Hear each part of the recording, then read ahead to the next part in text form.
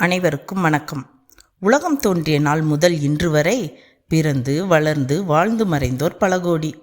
ஏனோ பிறந்தோம், ஏதோ வாழ்ந்தோம் என வாழ்ந்து மறைந்தோரும், தன்னலம் ஒன்றையே தாரகமாய்க் கொண்டு தனித்து வாழ்ந்தோரும் வாழ்ந்த சுவடின்றி கால ஓட்டத்தில் மறைந்து போயினர்.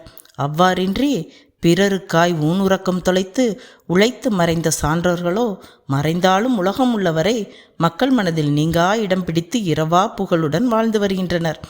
அவ்வாறு வாழ்ந்து சிறந்த சான்றோர்களுள் காமராஜர் பற்றி ஒரு சில வார்த்தைகள் உங்களுடன்.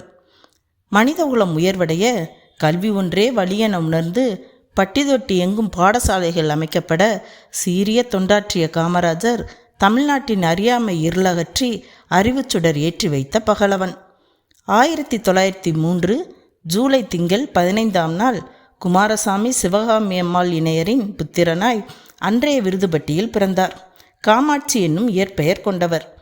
6 வயதில் தந்தையை இழந்தவர் வறுமையின் காரணமாக 12 வயதில் பள்ளிப்படிப்பை கைவிட்டு துணிக்கடையில் பணியமர்த்தப்பட்டார்.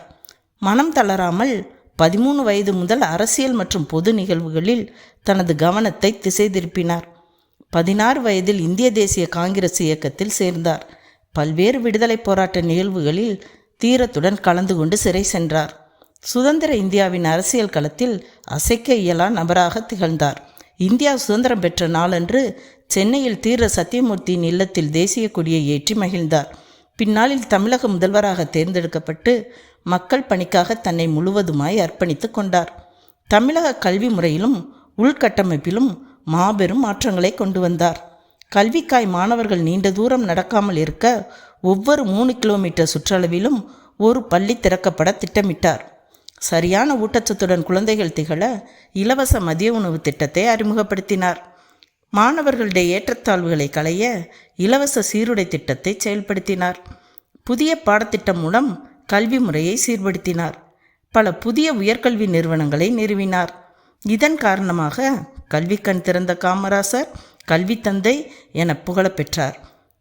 மக்களின் வாழ்க்கை முன்னேற்றத்திற்காக தொழில் வளர்ச்சிக்கு முக்கியத்துவம் கொடுத்து பல்வேறு திட்டங்களை நிறைவேற்றினார்.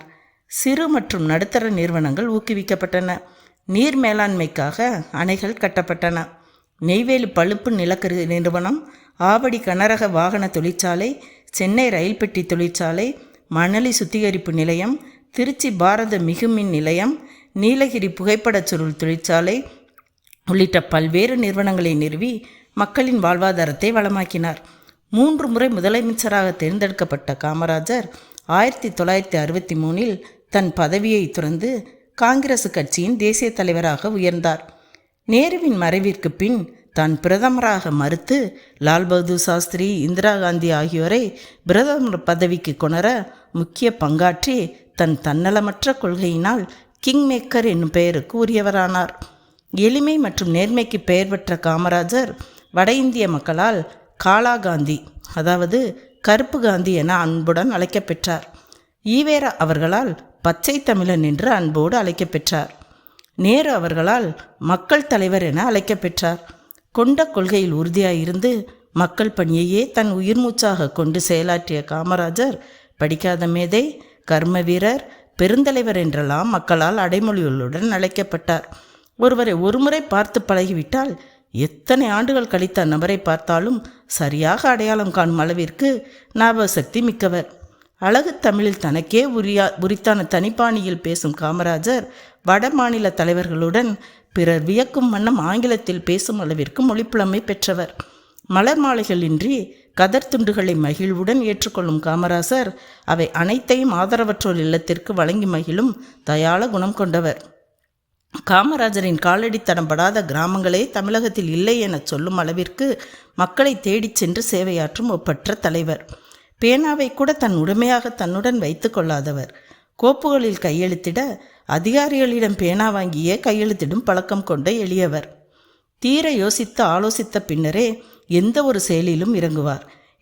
எடுத்த செயலை எக்காரணம் கொண்டும் செய்து முடிக்காமல் விடமாட்டார். மக்களுடன் பேசுவதை விரும்பும் காமராசர் தன்னை பார்க்க வந்திருப்பவர்கள் அனைவருடனும் உரையாடிய பின்னரே உறங்கச் செல்லும் பழக்கம் கொண்டவர். அரசின் வரவு செலவு திட்டத்தை சட்டசபையில் முதல் முறையாக தமிழில் சமர்ப்பித்த பெருமைக்குரியவர். அமெரிக்காவும் ரஷ்யாவும் தங்கள் நாடுகளுக்கு சிறப்பு விருந்தாளியாக வர வேண்டும் என அழைப்பு விடுத்த சிறப்புக்கு உரியவர்.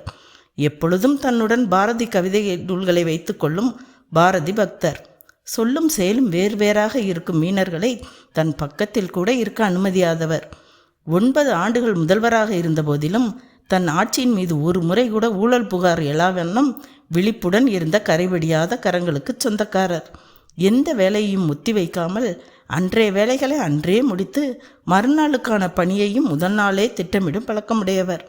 ஏதாவது ஒரு புத்தகத்தை படித்த பின்னரே உறங்கச் செல்லும் பழக்கமுடைய புத்தக பிரியர். எளிய குடியில் பிறந்து உலகமே திரும்பி பார்க்கும் வண்ணம் வாழ்ந்த காமராஜர் 1975ஆம் ஆண்டு காந்தி பிறந்த நாளான அக்டோபர் திங்கள் 2ஆம் நாள் இவ்வுலக வாழ்வை நீத்தார். காமராஜரின் மறைவுக்கு பின் 1976ஆம் ஆண்டு இந்திய அரசு பாரத ரத்னா விருது வழங்கி கௌரவப்படுத்தியது. காமராஜர் நூற்றாண்டு விழாவை குறிக்கும் வண்ணம் ரூபாய் 5 மற்றும் ரூபாய் 10 100 மதிப்புடைய சிறப்பு நாணயங்களை வெளியிட்டது. மதுரை பல்கலைக்கழகம், சென்னை பன்னாட்டு வானூர்தி நிலையத்தின் உள்நாட்டு முனையம், எண்ணூர் துறைமுகம் மற்றும் பல தெருக்கள், கட்டிடங்களுக்கு காமராஜரின் பெயர் சூட்டப்பட்டுள்ளது. இந்திய நாடாளுமன்றம் மற்றும் சென்னையில் உள்ள மெரினா கடற்கரை முகப்பு உள்ளிட்ட பல இடங்களில் காமராஜரின் திருவுருவச் சிலைகள் நிறுவப்பெற்றுள்ளன. இரவா புகழ்பெற்ற காமராஜர் மறைந்துவிட்டாலும் தமிழ்கூறு நல்லுலகு இருக்கும் வரை அவரது பெயரும் நிலைத்திருக்கும் என்பதில் துளியும் ஐயமில்லை. காமராஜரை தன் வழிகாட்டியாக கொண்டு செயல்பட இளைய சமுதாயம் முனைந்தால் உலக அரங்கில் தமிழகத்தின் பெயர் தலை நிமிர்ந்து நிற்கும் என கூறி விடைபெறுகிறேன். நன்றி.